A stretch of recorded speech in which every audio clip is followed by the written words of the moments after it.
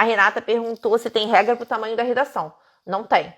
Regra no sentido de quantas linhas. As redações têm mínimo, né? Então, quando a gente está falando da primeira redação, a gente tem um mínimo de 150 palavras. Quando a gente está falando da segunda redação, a gente tem um mínimo de 300 palavras.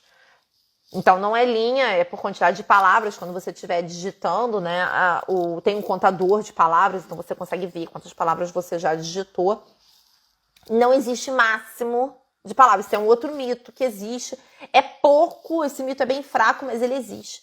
É que as pessoas falam, se você escrever muito, você vai perder ponto.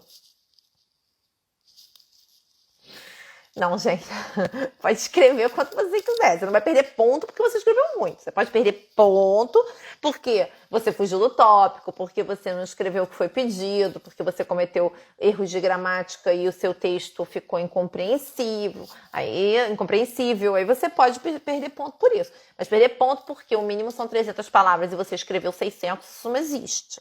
Então, você pode escrever quantas palavras você quiser, desde que seja acima do mínimo. Inclusive, a própria ITS, ela recomenda que seja acima do mínimo, porque ela diz assim, de um jeito muito sutil, ela diz isso, ela fala assim, ela fala que uma redação que tem apenas o número mínimo de palavras, ou seja, 150 na primeira e 300 na segunda, é uma redação que dificilmente vai conseguir um score alto. Porque vai faltar desenvolvimento, é o que ela diz. Ou seja, ela diz, não escreva só 300 palavras. É isso que ela está te dizendo. Então, o que a gente recomenda aí? A gente recomenda pelo menos 350 palavras. Não tem... Pode escrever 450? Pode escrever 500. Eu mesma já fiz mais de uma redação, escrevi 630, 600, 610, 615, eu gosto de escrever. Então, não perde ponto por isso.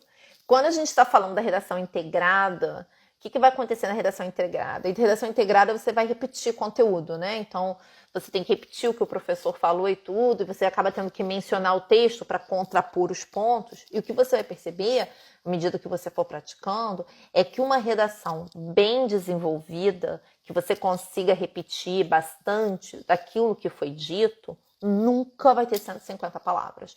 Ela vai ter 200, 220, 230 palavras, e ela vai ficar por aí.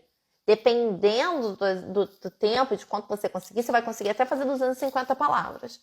Então, depende aí, claro, do quanto você conseguiu anotar. Mas uma boa redação nunca vai ter 150 palavras na redação integrada, tá?